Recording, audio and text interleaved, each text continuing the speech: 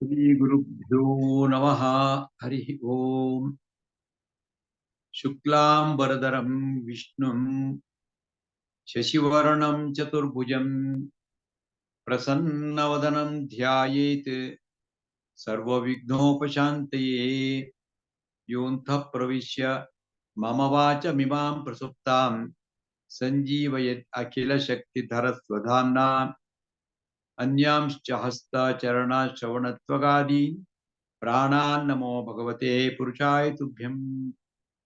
ಹರಿ ಓಂ ಹರಿ ಓಂ ಹರಿ ಓಂ. ಆತ್ಮೀಯ ಬಂಧುಗಳೇ, ನಾವು ಭಗವದ್ಗೀತೆಯ 16ನೇ ಅಧ್ಯಾಯದ ನಂತರ 1ನೇ ಅಧ್ಯಾಯವನ್ನ ಅಧ್ಯಯನ ಮಾಡ್ತಾ ಇದ್ದೀವಿ. 16ನೇ ಅಧ್ಯಾಯದಲ್ಲಿ ದೈವ ಆಸುರ ಸಂಪತ್ ವಿಭಾಗ ಯೋಗ ಅಂತ, ದೈವಿ ಗುಣಗಳು ಅಂತಂದ್ರೆ ಯಾವುದು, ಆಸುರಿ ಗುಣಗಳು ಯಾವುದು ಅಂತ ಬಹಳ ವಿಸ್ತಾರವಾಗಿ ತಿಳ್ಕೊಂಡ್ವಿ ಒಂದು ವಾರ ಪೂರ್ತಿ.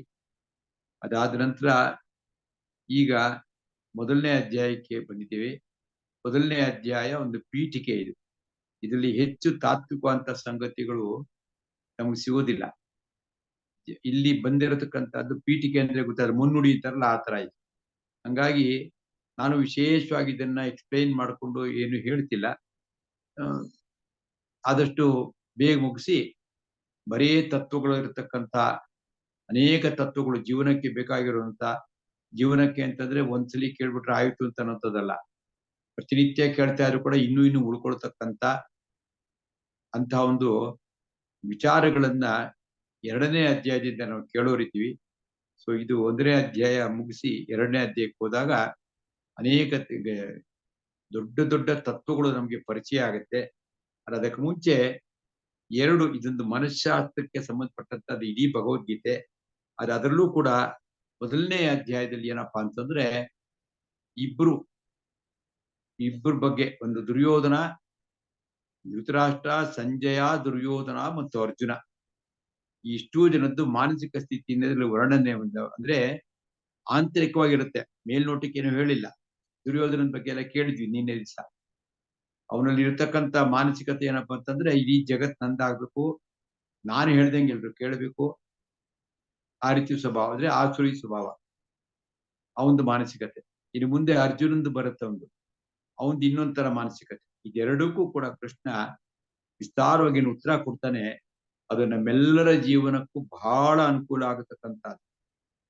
ಈ ಜ್ಞಾನ ಅನ್ಕಂಪೇರಬಲ್ ಅಂತ ಜ್ಞಾನ 2ನೇ ಅಧ್ಯಾಯದಿಂದ ತಿಳ್ಕೊಳ್ಳೋಣ. ನಿನ್ನೆಯ ತನಕ 12ನೇ ಅಧ್ಯಾಯ ತನಕ 12ನೇ ಶ್ಲೋಕ ತನಕ ಆಗಿದೆ. ಅಂದ್ರೆ ಎಲ್ಲರೂ ಕೂಡ ಬಂದು ಸೇರಿದ್ದಾರೆ, ರಣಾಂಗಣದಲ್ಲಿದ್ದಾರೆ. ಆಗ ಪ್ರತಿಯೊಬ್ಬ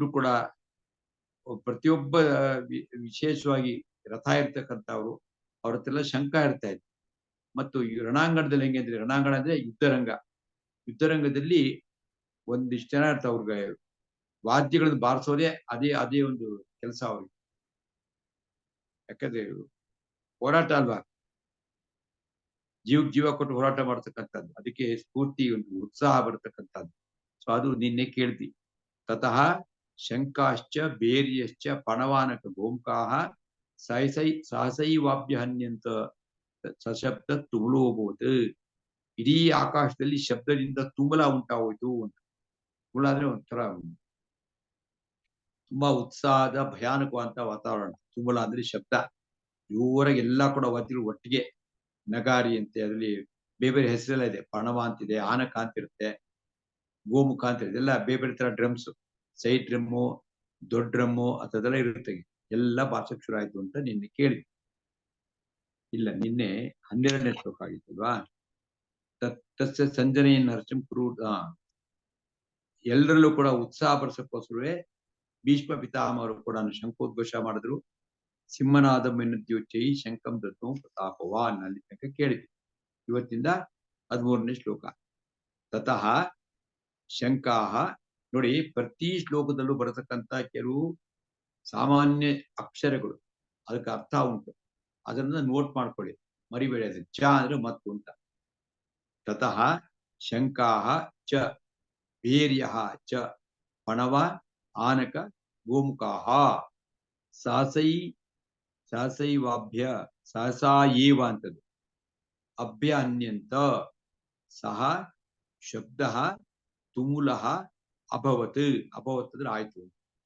ತತಃ ಅಂದ್ರೆ ಇದಾದ ನಂತರ ತತಃ ಅಂದ್ರೆ ಆಮೇಲೆ ಅಂತ ಏನಾಯ್ತು ಅಂದ್ರೆ ಶಂಕಾಹ ಶಂಕ ಅಂದ್ರೆ ಏಕವಚನ ಶಂಕಾಹ ಅಂದ್ರೆ ಬಹುವಚನ ತಥಾ ಶಂಕಾಹ ಚ ಮತ್ತು ಬೇರ್ಯ ಬೇರ್ಯ ಅಂದ್ರೆ ನಗಾರಿ ದೊಡ್ಡ ಡ್ರಮ್ಸ್ ಇರ್ತಾರೆ ಆ ಥರದ್ದು ಬೇರ್ಯ ಚ ಮತ್ತು ಆ ಪಣವಾನಕ ಪಣವ ಆನಕ ಗೋಮುಖ ಎಲ್ಲ ಬೇರೆ ಬೇರೆ ವಾದ್ಯಗಳು ಪಣವ ಅಂತಂದು ಅದು ಸೈಡ್ ಡ್ರಮ್ ಅಂತಾರೆ ಇನ್ನೊಂದು ಆನಕ ಅಂತಂದು ಒಂದಿರುತ್ತೆ ಮತ್ತೆ ಇನ್ನು ಗೋಮುಖ ಅಂತ ಒಂದು ಇದು ವಾದ್ಯ ಅದನ್ನೆಲ್ಲ ಕೂಡ ಸಹಸ ಈವ ಒಟ್ಟಿಗೆನೆ ಅಂತ ಸಹ ಅಂದ್ರೆ ಗೊತ್ತಲ್ವಾ ನಾನು ಅವನು ಸಹವಾಸ ಅನ್ನಲ್ವಾ ಅದು ಸಹ ಅಂದ್ರೆ ಒಟ್ಟಿಗೆ ಸಹಸೈವ ಸಹಸ ಈವ ಒಟ್ಟಿಗೆನೆ ಅಭ್ಯಹನ್ಯಂತ ಮೊಳಗಿದವು ಜೋರಾಗಿ ಅಧಿಕವಾಗಿ ಅಭ್ಯ ಅಂದ್ರೆ ಅಧಿಕವಾಗಿ ಅನ್ಯಂತ ಸಹ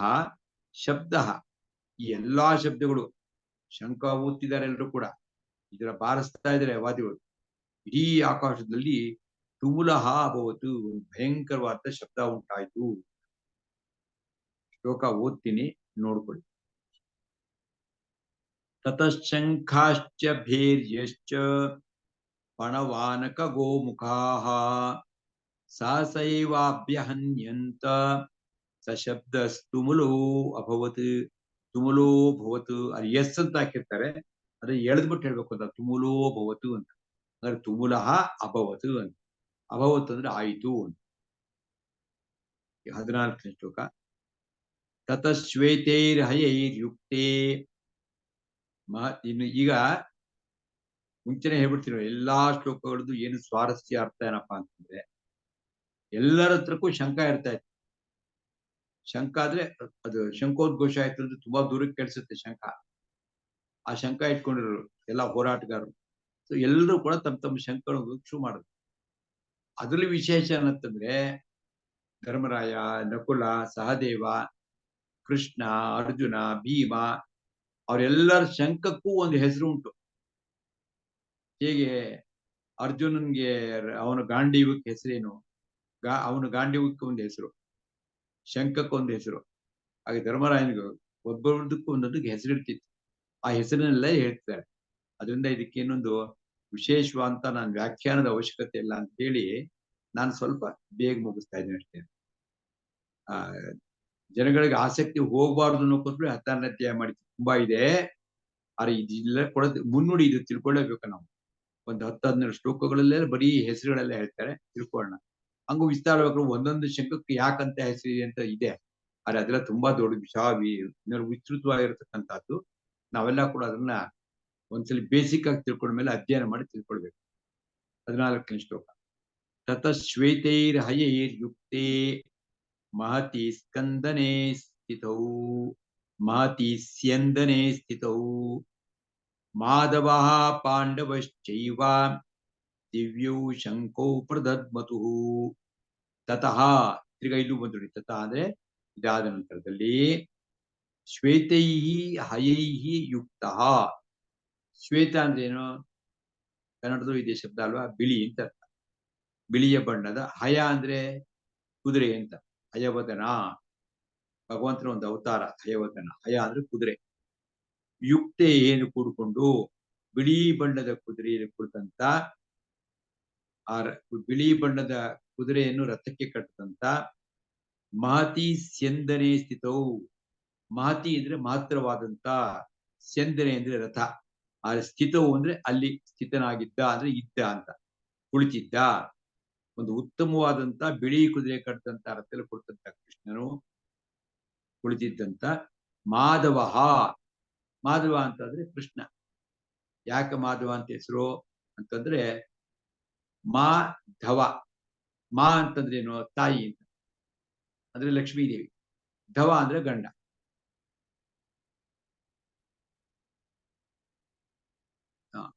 ಎಲ್ಲದಕ್ಕೂ ಕೂಡ ಗೋರಖ್ಪುರ್ ಪಬ್ಲಿಕೇಶನ್ ಪುಸ್ತಕ ಅಥವಾ ಇಸ್ಕಾನ್ ಪುಸ್ತಕ ಇದ್ರೆ ಆಯ್ತು ಅಥವಾ ಯಾವುದೇ ಇರ್ಬೋದು ಶ್ಲೋಕ ಇರ್ಬೇಕು ಪದ ವಿಭಾಗ ಇರಬೇಕು. 1ನೇ ಅಧ್ಯಾಯ 14ನೇ ಶ್ಲೋಕ ನಡೀತಾ ಇದೆ ಇವಾಗ.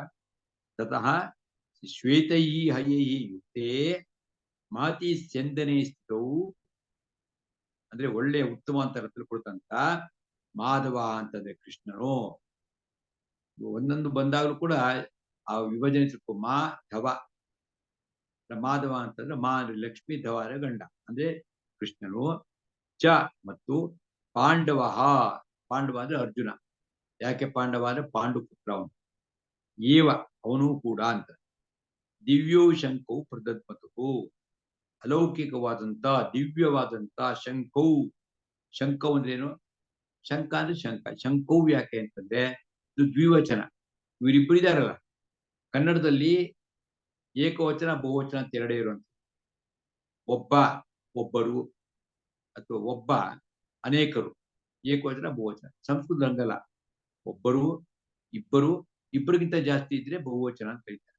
ಹಂಗಿಲ್ಲಿ ಶಂಕೌ ಅಂತಂದ್ರೆ ಎರಡು ಶಂಖಗಳನ್ನು ಪ್ರದದ್ಮತು ಒಂದು ಊದಿದರು.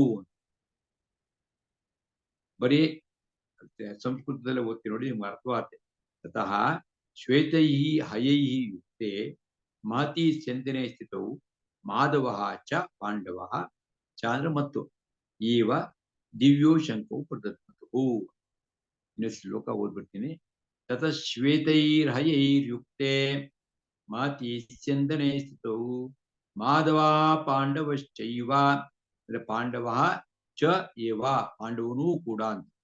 ದಿವ್ಯೋ ಶಂಕೋ ಪ್ರದದ್ಮತು. 15ನೇ ಶ್ಲೋಕ. ಪಾಂಚಜನ್ಯಂ ಋಷಿಕೇಶೋ ದೇವದತ್ತಂ ಧನಂಜಯ ಪೌಂಡ್ರಂ ದದ್ಮೌ ಮಹಾಶಂಖಂ ಭೀಮಕರ್ಮ ವೃಕೋದರ. ಮತ್ತೆ ಜ್ಞಾಪಿಸ್ತಾ ಇದ್ದೀನಿ, 8 ಅಕ್ಷರಕ್ಕೆ ನಿಲ್ಲಿಸ್ತಕ್ಕಂಥದ್ದು ಅಭ್ಯಾಸ, ಉಚ್ಚಾರಣೆ, ಪದವಿಭಾಗ ಮತ್ತು ನಮ್ಮ ಕೆಪಾಸಿಟಿ ತಕ್ಕಂತೆ ಅರ್ಥ ಇಷ್ಟು ಮಾಡ್ಕೊಳ್ಬೇಕು. ಮಹಾಪುಣ್ಯದ ಕೆಲಸ ಇದೆ. ಮೊದಲನೇ ಅಧ್ಯಾಯವನ್ನ ಓದಿದ್ರೆ ಏನ್ ಪುಣ್ಯ ಸಿಗತ್ತೆ ಅಂತ ಇದೆಲ್ಲ ಮುಗಿದ್ಮೇಲೆ ಕಥೆ ಹೇಳ್ತೀನಿ, ಕೇಳಿದ್ರೆ ನಿಮ್ಗೆ ಆಶ್ಚರ್ಯ ಆಗತ್ತೆ. ಆಯ್ತಲ್ವಾ? ಅದಕ್ಕೆ ಓದೋದು ಕಲ್ತ್ಕೋಬೇಕು. ಬರಲ್ಲ ನಮ್ಗೆ ಸಂಸ್ಕೃತ ಕಷ್ಟ ಅಂತ ಇನ್ಯಾರೊಬ್ರು ಹೇಳುದು, ಅಯ್ಯೋ ಸಂಸ್ಕೃತ ಅಲ್ಲರಿ ಇಂಗ್ಲಿಷ್ ಕಲ್ತ್ಕೋತೀವಿ. 10,000 ಮೈಲಿ ದೂರ ಇರ್ತಕ್ಕಂಥ ಬ್ರಿಟಿಷ್ನವ್ರ ಭಾಷೆ ಕಲ್ತ್ಕೊಂಡು ರೋಪಾಗಿ ಮಕ್ಕಳು ಕೂಡ ಮಾತಾಡುತ್ತೆ. ಇನ್ನು ಭಾರತೀಯರಾದಂತ ನಾವು ರಕ್ತದಲ್ಲಿ ಇರ್ತಕ್ಕಂಥ ನಮ್ಮ ಭಾಷೆ ಮತ್ತೆ ಎಲ್ಲಾ ಭಾಷೆಗಳ ತಾಯಿ ಭಾಷೆ ಸಂಸ್ಕೃತ. ಅದು ಬರಲ್ಲ ಅಂತ ಹೇಳಿದ್ರೇನೆ ಅದು ಭಾರತೀಯರಾಗಿ ಬರಲ್ಲ ಅಂತ ಹೇಳಿದ್ರೆ ಬಹಳ ಅವಮಾನ ಆಗುತ್ತೆ. ಹಂಗೆಂದು ಹೇಳ್ಬೇಡಿ, ಪ್ರಯತ್ನ ಮಾಡಿ, ಬಂದಷ್ಟು ಬರಲಿ, ಬರುತ್ತೆ ನಮಗೆ. ಯಾಕಂದ್ರೆ ಕನ್ನಡದಲ್ಲಿ ಇರೋದು ಸುಮಾರು 60-50% ಭಾಷೆ ಸಂಸ್ಕೃತನೇ ಇಲ್ಲ. ಇವಾಗ ಗೊತ್ತಾಗ್ತಿ ನೋಡಿ. ಪಾಂಚಜನ್ಯ ಇದು ಕೇಳಿದೀನಿ. ಇದು ಋಷಿಕೇಶ ಅಂತಂದ್ರೆ ಕೃಷ್ಣ, ಅವನ ಶಂಖದ ಹೆಸರು ಪಾಂಚಜನ್ಯ ಅಂತ ಹೆಸರು. ಪಾಂಚಜನ್ಯ ಅವನ ಶಂಖದ ಹೆಸರು. ದೇವದತ್ತಂ ಧನಂಜಯ. ಧನಂಜಯ ಅಂತ ಇನ್ನೊಂದು ಹೆಸರು ಅರ್ಜುನನಿಗೆ. ಅರ್ಜುನನಿಗೆ ಸುಮಾರು 13 ಹೆಸರು ಇದೆ. ಒಂದೊಂದ್ಸಲ ಒಂದ್ ಹೆಸರು ಬರುತ್ತೆ. ಈ ಧನಂಜಯ ಅವನ ಹೆಸರು. ಅಂದ್ರೆ ಧನವನ್ನ ಗೆದ್ದವನು ಅಂತ, ಅಥವಾ ಸಂಪತ್ತನ್ನು ಸಂಪಾದನೆ ಮಾಡಿದಂತ ಅವನು ಅಂತ ಒಂದು. ಇನ್ನೊಂದು ಧನ ಅಂತಂದ್ರೆ ನಿಜವಾದ ಸಂಪತ್ತು ಯಾವುದು ಅಂದ್ರೆ ಆಧ್ಯಾತ್ಮಿಕ ಸಂಪತ್ತು, ಅದನ್ನ ಗಳಿಸಿದಂತ ಅವನು ಅಂತ. ಹೀಗೆ ಧನಂಜಯ ಅಂತ ಅವನಿಗೆ ಒಂದು ಬಿರುದು, ಆ ಹೆಸರು ಕೂಡ. ಅವನ ಶಂಖದ ಹೆಸರು ದೇವದತ್ತಮ್ಮ ಅಂತ ಹೆಸರು. ಪೌಂಡ್ರವು ಆಮೇಲೆ ಪೌಂಡ್ರಂ ದದ್ಮೌ ಮಹಾಶಂಕಂ ಭೀಮಕರ್ಮ ವೃಕೋದರ. ಭೀಮನಿಗೆ ವೃಕೋದರ ಅವನಿಗೆ ಹೆಸರು. ಇನ್ನೊಂದು ಹೆಸರು ಭೀಮಕರ್ಮ. ವೃಕೋದರ ಅಂದ್ರೆ ಏನು? ವೃಕ ಅಂದ್ರೆ ಏನು ಅಂತಂದ್ರೆ ತೋಳ ಅಂತ. ಉದರ ಅಂದ್ರೆ ಹೊಟ್ಟೆ. ತೋಳದ ಹೊಟ್ಟೆ ಚಿಕ್ಕದಾಗಿರುತ್ತೆ, ತುಂಬಾ ಚಿಕ್ಕದು, ಕೈ ಹಿಡ್ಕೊಂಡ್ಬಿಡೋದತ್ತ. ಸೊಂಟ ಎಷ್ಟು ಚಿಕ್ಕದಾಗಿರುತ್ತೋ ಅಷ್ಟು ಬ್ಯೂಟಿ ಮತ್ತಷ್ಟು ಶಕ್ತಿ ಅಂತ ಹೆಸರು. ಇವತ್ತಿನ ಪಾಪ ತುಂಬಾ ಜನಕ್ಕೆ ಸೊಂಟನೇ ಇರಲ್ಲ. ಸೊಂಟ ಜಾಗದಲ್ಲಿ ಹೊಟ್ಟೆ ದೊಡ್ಡದಾಗಿರುತ್ತೆ. ಸೊಂಟ ಇರಬೇಕು. ಸೊಂಟ ಯಾರಿಗಿರುತ್ತೆ ಅಂದ್ರೆ ಪರಾಕ್ರಮಿಗಳಿಗೆ, ಸಾಹಸಿಗಳಿಗೆ, ನಿತ್ಯ ವ್ಯಾಯಾಮ ಮಾಡೋರಿಗೆ, ಯೋಗ ಮಾಡೋರಿಗೆ ಇರುತ್ತೆ. ಇಲ್ಲ ಸೊಂಟ ಹೊಟ್ಟೋಗ್ಬಿಟ್ಟಿರುತ್ತೆ. ಅದಕ್ಕೆ ಇಲ್ಲಿ ಅವನು ಎಂತದ್ದು ಅಂತಂದ್ರೆ ವೃಕೋದರ ಅಂತಂದ್ರೆ ತುಂಬಾ ಚಿಕ್ಕದಾಗಿರ್ತಕ್ಕಂಥ ಸೊಂಟ ಅಥವಾ ತೋಳದಂತ ಸೊಂಟ ಇರತಕ್ಕಂಥ ಭೀಮಕರ್ಮ. ಭೀಮಕರ್ಮ ಅಂದ್ರೆ ಅವ್ನು ಮಾಡ್ತಾ ಇದ್ದಂತ ಭಯಂಕರ ಕರ್ಮಗಳು ಮಾಡ್ತಿದ್ದ ಅಂತಂದ್ರೆ ಮಹಾಸಾಹಸಿ ಭೀಮಕರ್ಮ. ಅವನ ಶಂಖದ ಹೆಸರು ಅಂತಂದ್ರೆ ಪೌಂಡ್ರಮ್ ಅಂತ. ಪೌಂಡ್ರಮ್ ಅಂತಂದ್ರೆ ಅವನ ಶಂಖದ ಹೆಸರು ಪೌಂಡ್ರ ಅಂತ. ಎಂತ ಶಂಖ ಅದು? ಮಹಾಶಂಖಂ, ದೊಡ್ಡ ಶಂಖ. ಅದನ್ನ ದದ್ಮೌ ಅಂತೇಳಿ ಅವನು ಊದಿದರು. ಯಾಕಂದ್ರೆ ಯಾರ್ಯಾರು ಊದಿದ್ರು?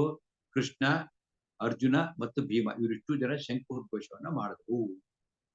ಪಾಂಚಜನ್ಯಂ ಋಷಿಕೇಶೋ ದೇವದತ್ತಂ ಧನಂಜಯ ಪೌಂಡ್ರಂ ದದ್ಮೌ ಅಂದ್ರೆ ಊದಿದರು ಅಂತ, ಅದೊಂದೇ ಇಲ್ಲಿ ಸಂಸ್ಕೃತ.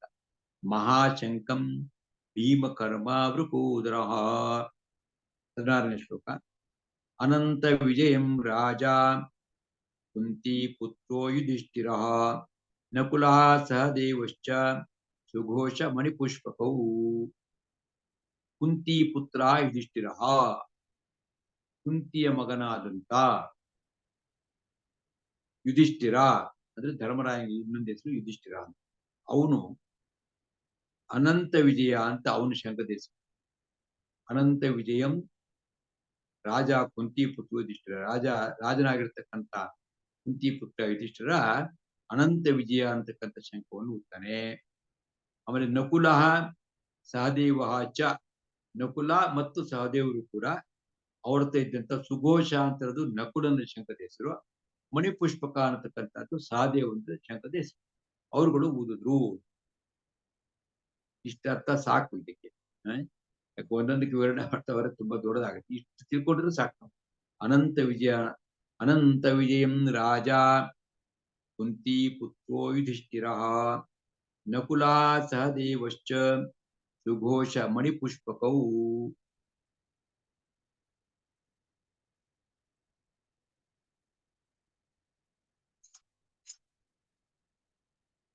ಆಮೇಲೆ 17ನೇ ಶ್ಲೋಕ. ಕಾಶ್ಯಶ್ಚ ಪರಮೇಶ್ವಾಸಃ ಶಿಖಂಡಿ ಚ ಮಹಾರಥಃ ದೃಷ್ಟದ್ಯುಮ್ನೋ ವಿರಾಟಶ್ಚ ಸಾತ್ಯಕೀಶ್ಚ ಪರಾಜಿತಃ.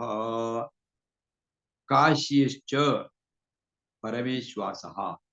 ಪರಮೇಶ್ವಾಸ ಅಂತ ನಿನ್ನೆ ಕೂಡ ಒಂದು ಬಂದಿತ್ತು ಶಬ್ದ, ಅರ್ಥ ಹೇಳಿದ್ದೆ.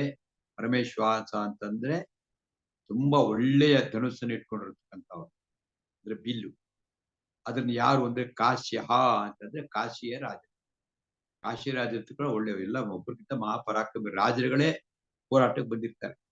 ಪರಮೇಶ್ವಾಸ ಕಾಶ್ಯ ಚ ಮತ್ತು ಮಹಾರಥಃ ಶಿಖಂಡಿ, ಮಹಾರಥಿನಂತ ಶಿಖಂಡಿ. ನಿನ್ನೆ ಹೇಳಿಲ್ವಾ, ಮಹಾರಥ ಅಂದ್ರೆ ಒಬ್ಬನೇ ಒಬ್ಬ ವ್ಯಕ್ತಿ 10,000 ಜನದ ಅವ್ರನ್ನ ಎದುರಿಸ್ತಕ್ಕಂಥ ತಾಕತ್ತಿರೋರಿಗೆ ಮಹಾರಥ ಅಂತ ಹೇಳ್ತಾರೆ. ಅಂತ ಅವನು ಶಿಖಂಡಿ. ಈ ಶಿಖಂಡಿ ಅಂದ್ರೆ ಯಾರು ಅಂತಂದ್ರೆ ದ್ರುಪದನ ಮಗ, ಇವನು ಶಿಖಂಡಿ. ಅವನು ದ್ರುಪದನ ಮಗ ಇವನು. ಆಮೇಲೆ ದೃಷ್ಟದ್ಯುಮ್ನ ಕೂಡ ದ್ರುಪದ ಮಹಾರಾಜನ ಮಗ.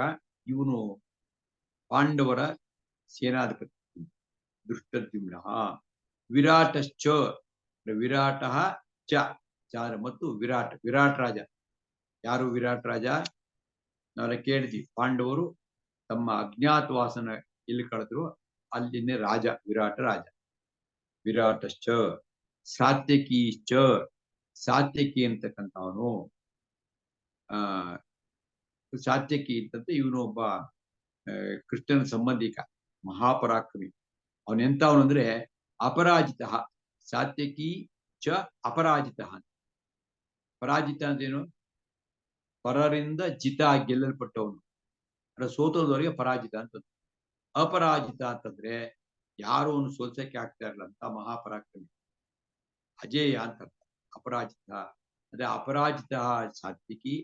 ಆಮೇಲೆ ವಿರಾಟ್ ರಾಜ, ದುಷ್ಟದ್ಯುಮ್ನ ಮತ್ತು ಕಾಶಿಯ ರಾಜ ಶಿಖಂಡಿ, ಇವರೆಲ್ಲರೂ ಕೂಡ ತಮ್ಮ ಶಂಕರನ ಊದಿದಂತ ಮುಂದಿನ ಶ್ಲೋಕದಲ್ಲಿ ಬರುತ್ತೆ. ಶ್ಲೋಕ ನೋಡ್ಕೊಳ್ಳಿ. ಕಾಶ್ಯಶ್ಚ ಪರಮೇಶ್ವಾಸಃ ಶಿಖಂಡಿ ಚ ಮಹಾರಥಃ ದೃಷ್ಟದ್ಯುಮ್ನೋ ವಿರಾಟಶ್ಚ ಸಾತ್ಯಕೀಶ್ಚ ಪರಾಜಿತಃ. 18ನೇ ಶ್ಲೋಕ. ದ್ರುಪದೋ ದ್ರೌಪದೇಯಾಶ್ಚ ಸರ್ವಶ್ಚ ಪೃಥಿವೀಪತೆ ಸೌಭದ್ರಶ್ಚ ಮಹಾಬಾಹುಃ ಶಂಖಾನ್ ದದ್ಮುಃ ಪೃಥಕ್ ಪೃಥಕ್. ನಾವೆಲ್ಲ ಕೂಡ ಏಕಪಾಠಿಗಳಾಗ್ಬೇಕು. ಒಂದ್ಸತಿ ಕೇಳಿದ್ರೆ ರೆಕಾರ್ಡ್ ಮಾಡ್ಕೊಳ್ತಕ್ಕಂಥ ಶಾರ್ಪ್ ಬ್ರೈನ್ ಅದಾಗತ್ತೆ. ಭಗವದ್ಗೀತೆ ಮುಗಿಯೋಷ್ಟು ಕಲ್ತಿರ್ತೀವಿ ನಾವು. ಇನ್ ಕೆಲವು ಜೊತೆಗೆ ಎರಡೆರಡು ಸತಿ ಕೇಳಿದ್ರೆ ರೆಕಾರ್ಡ್ ಆಗುತ್ತೆ. ಇನ್ ಕೆಲವು ಜೊತೆಗೆ 3 ಸತಿ ಕೇಳಿಸ್ಕೊಂಡ್ರೆ ರೆಕಾರ್ಡ್ ಆಗುತ್ತೆ. ಸೊ ಇದೆಲ್ಲ ಕೂಡ ಸ್ವಲ್ಪ ಗಮನಿಸ್ಕೊಂಡು ವರ್ತಮಾನದಲ್ಲಿ ಇರ್ಬೇಕು ನಾವು. ಭಗವದ್ಗೀತೆ ಕೇಳಕ್ ಕೂತ್ಕೊಂಡು ಯಾವುದೋ ಹಿಂದಿನ ಕಥೆಗಳು, ಹಿಂದಿನ ಸಂದರ್ಭ ಜ್ಞಾಪಿಸ್ಕೋಬಾರ್ದು. ಅಥವಾ ಭವಿಷ್ಯದ ಬಗ್ಗೆ ಚಿಂತೆ ಮಾಡ್ತಾ ಕೂತ್ಕೋಬಾರ್ದು. ಏಕಾಗ್ರತೆ ಕೇಳಿದಾಗ ಖಂಡಿತ ಈ ಶ್ಲೋಕಗಳೆಲ್ಲ ಬಾಯಿಗೆ ಬಂದ್ಬಿಟ್ಟು. ದ್ರುಪದ ಅಂದ್ರೆ ದ್ರುಪದ ರಾಜನು ಇದನಲ್ಲಿ. ಯಾರು ದ್ರುಪದ?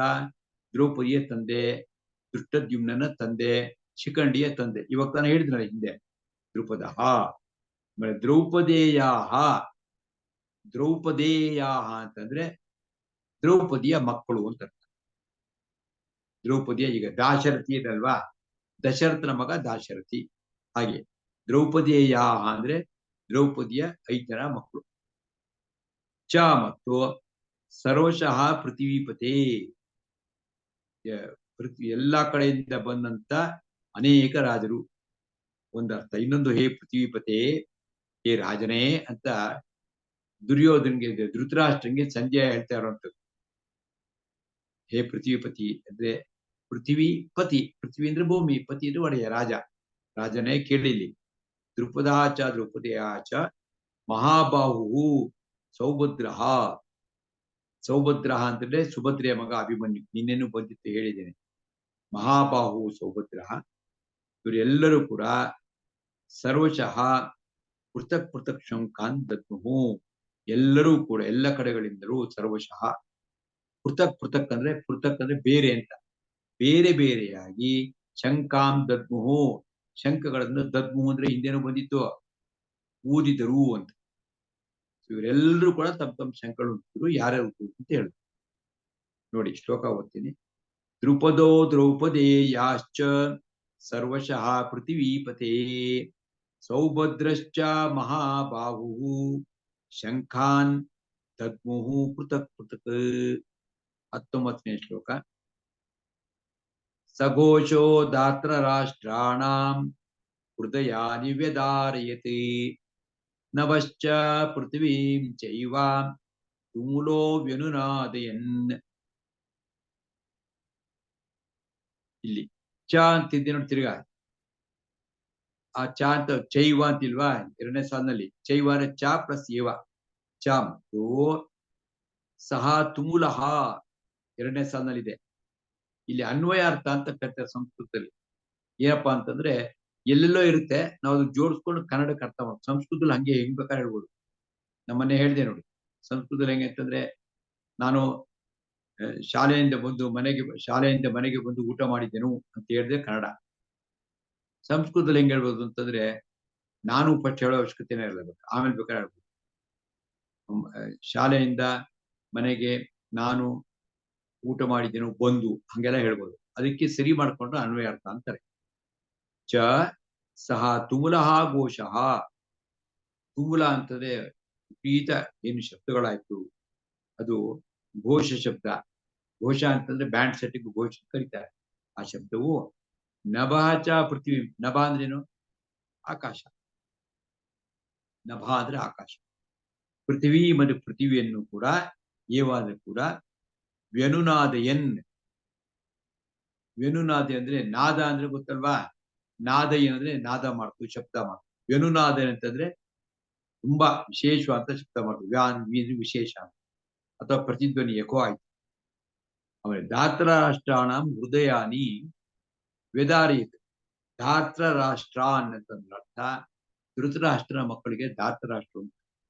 ಅವಾಗಲೇ ಹೇಳಿದೆ ಅಲ್ವಾ, ದಶರಥನ ಮಗ ದಾಶರಥಿ, ಜನಕನ ಮಗಳು ಜಾನಕಿ, ಹೀಗೆಲ್ಲ ಹೆಸರಿಡ್ತಾರೆ ಹಿಂದೆ. ಇಲ್ಲಿ ಅಂದ್ರೆ ಧೃತರಾಷ್ಟ್ರನ ಮಕ್ಕಳಿಗೆ ಧಾತರಾಷ್ಟ್ರ ಅಂತ. ದುರ್ಯೋಧನಾದಿಗಳಿಗೆ ಏನಾಯ್ತು? ಹೃದಯಾನಿ ವಿದಾರಿ, ನಾವು ಹೃದಯಗಳೇ ಹರಿದು ಹೋಯ್ತು ಅಂತ, ಅವ್ರಿಗೆ ಭಯ ಆಗೋ ರೀತಿಯಲ್ಲಿ ಆಯ್ತು ಅಂತ. ವ್ಯದಾರ್ಯನ್ ಅಂದ್ರೆ ವಿದೀರ್ಣಗೊಂಡಿತು, ಆ ರೀತಿ ಶಂಕೋದ್ಘೋಷ ಆಯ್ತು ಅಂತ. ಸಘೋಷೋ ಧಾತ್ರ ರಾಷ್ಟ್ರಾಣಾಂ ಹೃದಯಾನಿ ವಿದಾರ್ಯ ನಭಶ್ಚ ಪೃಥ್ವೀಂ ಚೇವ ತುಮುಲೋ ವ್ಯನುನಾದಯನ್. ನಾದ ಜ್ಞಾಪಕ ಇಟ್ಕೊಳ್ಳಿ, ವ್ಯನುನಾದಯನ್ ಅರ್ಥವಾಗ್ತವ. ಆಮೇಲೆ 20ನೇ ಶ್ಲೋಕ. ಅಥೌ ವ್ಯವಸ್ಥಿತಾನ್ ದೃಷ್ಟ್ವಾ ದಾತ್ರ ರಾಷ್ಟ್ರಾನ್ ಕಪಿಧ್ವಜಃ ಪ್ರವೃತ್ತೆ ಶಸ್ತ್ರ ಸಂಪಾತಿ ಧನುರುದ್ಯಮ್ಯ ಪಾಂಡವಃ. ಅಥ ಅನಂತರದಲ್ಲಿ ವ್ಯವಸ್ಥಿತಾನ್ ದಾಸರಾಷ್ಟ್ರಾನ್ ದೃಷ್ಟ್ವಾ ಅಂದ್ರೆ ಇತರ ವ್ಯವಸ್ಥಿತವಾಗಿರ್ತಕ್ಕಂಥ ಎಲ್ಲರನ್ನು ನೋಡಿ, ಮಹೀಪತೆ ಅಂತಂದ್ರೆ ಯಾರು? ಇವನ್ಗೆ ಹೇಳ್ತಾ ಇರೋದು, ಅಡ್ರೆಸ್ ಮಾಡ್ತಾ ಇರೋದು ಸಂಜಯ ಧೃತರಾಷ್ಟ್ರನಿಗೆ. ಅಥ ಇದಾದ ನಂತರದಲ್ಲಿ ಕಪಿಧ್ವಜ ಪಾಂಡವ. ಕಪಿಧ್ವಜ ಪಾಂಡವ ಅಂದ್ರೆ ಗೊತ್ತಾಗ್ತದೆ ಅರ್ಜುನ ಅಂತ. ಕಪಿಧ್ವಜ ಯಾಕೆ ಹೇಳ್ತಾರೆ ಅಂತಂದ್ರೆ, ಅರ್ಜುನನ ರಥದ ಮೇಲೆ ಒಂದು ಧ್ವಜ, ಆ ಧ್ವಜದಲ್ಲಿ ಆಂಜನೇಯ ಅಲ್ಲಿ ವಿರಾಜಿಸಿರ್ತಾನೆ. ಅವನಿಗೊಂದು ವರ ಇತ್ತು ಅರ್ಜುನ. ಆಂಜನೇಯ ಬಂದಿಂಗ್ ಇನ್ನ ಧ್ವಜದ ಮೇಲೆ ನಾನು ಇರ್ತೀನಿ ಅಂತ. ಹಂಗಾಗಿ ಅರ್ಜುನ ಧ್ವಜದ ಮೇಲೆ ಆಂಜನೇಯ ಅಲ್ಲಿ ಇರ್ತಾನೆ. ಹಂಗಾಗಿ ಅವನಿಗೆ ಕಪಿಧ್ವಜ ಅಂತ ಹೆಸರು. ಯಾರಿಗೆ? ಅರ್ಜುನನಿಗೆ. ಪಾಂಡವ ಅಂದ್ರೆ ಅರ್ಜುನನು. ಇದಾದ ನಂತರ ಕಪಿಧ್ವಜ ಪಾಂಡವ ವ್ಯವಸ್ಥಿತಾನ್ ದಾತರಾಷ್ಟ್ರಾನ್ ದೃಷ್ಟ್ವಾ. ವ್ಯವಸ್ಥಿತಾನ್ ವ್ಯವಸ್ಥೆ ಆಗಿರ್ತಕ್ಕಂಥ, ಯುದ್ಧಕ್ಕೆ ಸನ್ನದ್ಧ ಆಗಿರ್ತಕ್ಕಂಥ ದಾತರಾಷ್ಟ್ರಾನ್ ಧೃತರಾಷ್ಟ್ರನ ಅವರ ಸಂಬಂಧಿಕರನ್ನ ನೋಡಿ, ದೃಷ್ಟ್ವಾ ನೋಡಿ, ತದಾ ಶಸ್ತ್ರ ಸಂಪಾತೆ ಪ್ರವೃತ್ತೆ. ಶಸ್ತ್ರ ಸಂಪಾತಿ ಅಂದ್ರೆ ಶಸ್ತ್ರ ಇನ್ನೇನು ಬಾಣ ಬಿಡಬೇಕು ಅನ್ನತಕ್ಕಂಥ ಪ್ರವೃತ್ತಿ ಇರ್ಬೇಕಾಗಂದ್ರೆ, ತದಾ ಶಸ್ತ್ರ ಸಂಪಾತೆ ಪ್ರವೃತ್ತೆ ಧನು ಉದ್ಯಮ್ಯ. ಧನು ಅಂದ್ರೆ ಧನುಸ್ಸನ್ನು, ಬಿಲ್ಲನ್ನು ಉದ್ಯಮ ಇಟ್ಕೊಂಡು ಕೃಷಿಕೇಶ ಅಂತ ಕೃಷ್ಣನ್ಗೆ ಹೆಸರು. ಯಾಕೆ ಅಂದ್ರೆ ಕೃಷಿಕ ಅಂತಂದ್ರೆ ಇಂದ್ರಿಯಗಳು ಅಂತ, ಅದರ ಒಡೆಯ. ಈಶ ಅಂದ್ರೆ ಒಡೆಯ. ನಮ್ಮೆಲ್ಲ ಇಂದ್ರಿಯಗಳು ಚೆನ್ನಾಗಿ ಕೆಲಸ ಮಾಡೋಕ್ಕಾಗ ಬಂದ್ರೆ ಇದಕ್ಕೆ ಭಗವಂತನೇ ಕಾರಣ, ಅವನೇ ಒಡೆಯ. ಕಣ್ಣಿದ್ದವರೆಲ್ಲ ಕಾಣಿಸುತ್ತೆ ಅಂತೇನಿಲ್ಲ, ಕಿವಿ ಇದ್ದವ್ರಿಗೆಲ್ಲ ಕೇಳಿಸುತ್ತೆ ಅಂತಿಲ್ಲ, ಮೂಗಿದ್ರೆ ಉಸಿರಾಡ್ತಾರೆ ಅಂತೇನಿಲ್ಲ. ಮೂಗಿರುತ್ತೆ, ಉಸಿರಾಡ್ತಿರೋದು. ಅದೇ ಅರ್ಥ ನಾಲ್ಗೆ ಇದ್ರೆ ಮಾತಾಡಕ್ಕಾಗತ್ತೆ ಅಂತ ಅನ್ನೋಂಥದ್ದು ಇಲ್ಲ. ಎಲ್ಲವೂ ಕೂಡ ಭಗವಂತನ ಅನುಗ್ರಹ ಇದ್ರೆ ಮಾತ್ರ ಸಾಧ್ಯ ಆಗುತ್ತೆ. ಅದಕ್ಕೆ ಒಂದು ಋಷಿಕೇಶ ಅಂತ ಹೆಸರು. ಅವನಿಗೆ ಪಾಂಡವ ಅರ್ಜುನ ಹೇಳ್ತಾನೆ, ಇದಂ ವಾಕ್ಯಂ ಆಹಾ. ಇದಂ ವಾಕ್ಯಂ, ಈ ವಾಕ್ಯವನ್ನು ಆಹಾ ಅಂತ ಹೇಳಿದನು. ಅಚ್ಯುತ ಮೇರಥಂ ಉಭಯೋ ಸೇನೆಯವರು ಮಧ್ಯೆ ಸ್ಥಾಪಯ. ಏ ಅಚ್ಯುತ ಕೃಷ್ಣನೇ, ಮೇರಥಂ ನನ್ನ ರಥವನ್ನು ಉಭಯೋ ಸೇನೆಯೋ ಮಧ್ಯೆ, ಉಭಯ ಸೈನ್ಯಗಳ ಮಧ್ಯದಲ್ಲಿ, ಎರಡು ಸೈನ್ಯಗಳ ಮಧ್ಯದಲ್ಲಿ ಸ್ಥಾಪಯ ನಿಲ್ಲಿಸು ಅಂತ ಹೇಳ್ತಾರೆ. ಶ್ಲೋಕ ಸಿಂಪಲ್ ಆಗಿದೆ, ಆದ್ರೆ ಗಹನವಾದ ಅರ್ಥ ಇದೆ. ಏನಪ್ಪಾ ಅಂತಂದ್ರೆ, ಇನ್ನೇನು ಯುದ್ಧ ಪ್ರಾರಂಭ ಆಗ್ಬೇಕು ಆ ಸಮಯದಲ್ಲಿ ಅರ್ಜುನ ಬಂದು ರಥವನ್ನ ಎರಡು ಸೈನ್ಯಗಳ ಮಧ್ಯೆ ನಿಲ್ಲಿಸು ಅಂತ ಅರ್ಜುನಿಗೆ ಹೇಳ್ತಾನೆ. ಈ ಹೇಳುವಂತ ವಾಕ್ಯದ ರೀತಿನಲ್ಲಿ ಕೃಷ್ಣ ಒಂದು ಮಾತು ಕೊಟ್ಟಿದ್ದ, ನಾನು ಯುದ್ಧ ಮಾಡೋದಿಲ್ಲ. ಅರ್ಜುನ ಮತ್ತು ದುರ್ಯೋಧನ ಇಬ್ರು ಕೂಡ ಕೃಷ್ಣನ ಸಹಾಯ ಕೇಳಕ್ಕೋಸ್ಕರ ಹೋಗಿರ್ತಾರೆ, ದ್ವಾರಕೆಗೆ ಹೋಗಿರ್ತಾರೆ. ಕೃಷ್ಣಗೆ ಅವನು ಜಗತ್ಪತಿ, ಅವನು ಎಲ್ಲ ಗೊತ್ತವನು, ಅವನು ಗೊತ್ತು ಇವರಿಬ್ರು ಬರ್ತಿದ್ದಾರೆ. ಕಣ್ಪಾಡ ಮಲ್ಕೊಂಡಂಗೆ ನಾಟಕ ಆಡ್ಸಿದ. ಆಗ ದುರ್ಯೋಧನನ ಮಾನಸಿಕ ಸ್ಥಿತಿ ಹೆಂಗೆ ಅಂತಂದ್ರೆ, ಏನು ಅವನು ಅರ್ಜುನ ಬಂದ್ಬಿಟ್ಟಿದಾನಲ್ಲ, ಏನ್ ಕೇಳ್ಬಿಡ್ತಾನೋ ಏನ್ ಕತ್ತೀವೋ. ಸೈನ್ಯ ಎಲ್ಲ, ಯಾದವ್ ಸೈನ್ಯ ತುಂಬಾ ದೊಡ್ಡ ಸೈನ್ಯ, ಎಲ್ಲ ಸೈನ್ಯ ಇವನ್ ಕೇಳ್ಬಿಟ್ರೆ ಏನ್ ಮಾಡುತ್ತೆ ಅಂತ. ಅದಕ್ಕೋಸ್ಕರ ಕೃಷ್ಣ ಕಣ್ಬಿಟ್ಟಾಗ ನಾವು ಕಾಣಿಸಿದ್ರ ಕೂತ್ಬೇಕು ಅಂತ ಒಂದು ತಲೆ ಹತ್ರ ಕೂತಿದ್ದಾನೆ. ಅರ್ಜುನ ಅವನ ಕಾಲ ಹತ್ರ ಕೂತಿದ್ದಾನೆ. ಹಂಗಾಗಿ ಸ್ವಲ್ಪ ತಾದ್ಮೇಲೆ ಕೃಷ್ಣ ಎದ್ದ. ಹೇಳ್ತಾ ಇದ್ದಂಗೆ ದುರ್ಯೋಧನ ಮಾತಾಡ್ತಾ, ಏನಪ್ಪಾ ಇಷ್ಟು ದೂರ ಬಂದ್ಬಿಟ್ಟಿದ್ದಿ, ಏನ್ ಸಮಾಚಾರ ಅಂತ. ಅವನು ಅರ್ಜುನ ನೋಡ್ಲೇ ಇಲ್ಲ. ಆಮೇಲೆ ನೋಡ್ದ ಅರ್ಜುನನು ಇದ್ದಾನೆ. ನೀನು ಬಂದಿದ್ದೀರಾ, ಏನ್ ಸಮಾಚಾರ ಅಂತ ಕೇಳಿದಾಗ ಅವರಿಬ್ರು ಈ ತರ ಯುದ್ಧ ಆಗೋದಿದೆ, ನಿನ್ ಸಹಾಯ ಕೇಳಕ್ ಬಂದಿದ್ದೀವಿ ಅಂತ ಹೇಳಿದಾಗ ದುರ್ಯೋಧನನಿಗೆ ಅವರಕ್ಕೆ ಕೊಟ್ಟಕ್ಕೆ ಶುರು ಆತ ಎದೇನೆ, ಎಲ್ಲಿ ಅವನು ಕೇಳ್ಬಿಡ್ತಾನ. ಆಗ ಅವನೇ ಹೇಳ್ತೀನಿ, ನೋಡು ನಾನು ಬಂದಿತ್ತು, ಅದಕ್ಕೋಸ್ಕರ ನಾನು ಕೇಳ್ತೀನಿ. ಆಯ್ತಪ್ಪ, ಇಬ್ರಿಗೂ ಕೊಡ್ತೀನಿ, ಏನ್ ಕೇಳು ಅಂತಂದಾಗ ಆಗ ಒಂದ್ ಮಾತು ಹೇಳ್ತಾನೆ ಕೃಷ್ಣ, ನೋಡಿ ನೀವಿಬ್ರು ನನಗೆ ಬಹಳ ಬೇಕಾದಂತ, ನಾನು ಎರಡು ಕಡೆನೂ ನಾನು ಯುದ್ಧ ಮಾಡಲ್ಲ ಅಂತ. ಸರಿ, ಆಗ ಇವನ್ಗೆ ಬಹಳ ಸಂತೋಷ ಆಗ್ಬಿಡುತ್ತೆ ದುರ್ಯೋಧನಿಗೆ. ಹಂಗಾರೆ ಒಂದು ಕೆಲಸ ಮಾಡು, ನಿನ್ ಸೈನ್ಯ ಎಲ್ಲ ನನಗೆ ಕೊಡು ಅಂತ. ಎರಡು ಆಪ್ಷನ್ ಇದೆ. ನಾನು ನನ್ನ ಸೈನ್ಯ ಒಬ್ರು ಕೊಡ್ತೀನಿ, ನಾನು ಕಡೆ ಯಾರಿಗೇನ್ ಬೇಕು ಕೇಳಿ ಅಂತಂದಾಗ ದುರ್ಯೋಧನ ಅವನು ನಿನ್ ಸೈನ್ಯ ನನಗೆ ಕೊಡು ಅಂತ ಕೇಳ್ತಾನೆ. ಆಯ್ತು ಅಂತೇಳಿ ಇಡೀ ಕೃಷ್ಣನ ಸೈನ್ಯ, ದೊಡ್ಡ ಸೈನ್ಯ ಆಯ್ತು, ಅಷ್ಟು ಸೈನ್ಯವನ್ನ ದುರ್ಯೋಧನ ಕೊಟ್ಟ. ಅರ್ಜುನ ಕೃಷ್ಣನ್ ಕೇಳ್ದ, ಆಯ್ತು ಅಂತಂದು. ಆಗ ಕೃಷ್ಣ ಅನುಗ್ರಹ ಮಾಡಿ, ನಾನ್ ನೋಡಪ್ಪ ಯುದ್ಧ ಮಾಡಲ್ಲ, ನಿನ್ ರಥಕ್ಕೆ ಸಾರಥಿ ಆಗಿರ್ತೀನಿ ಅಂತೇಳಿ ಬಂದ. ಭಗವಂತನ ಕಾರುಣ್ಯ ಅದು. ಹೀಗೆ ಕೃಷ್ಣ ಸಾರಥಿ ಇದ್ದಾನೆ, ಆದ್ರೆ ಕಾರ್ ಡ್ರೈವರ್ ಅಲ್ಲ ಅವನು.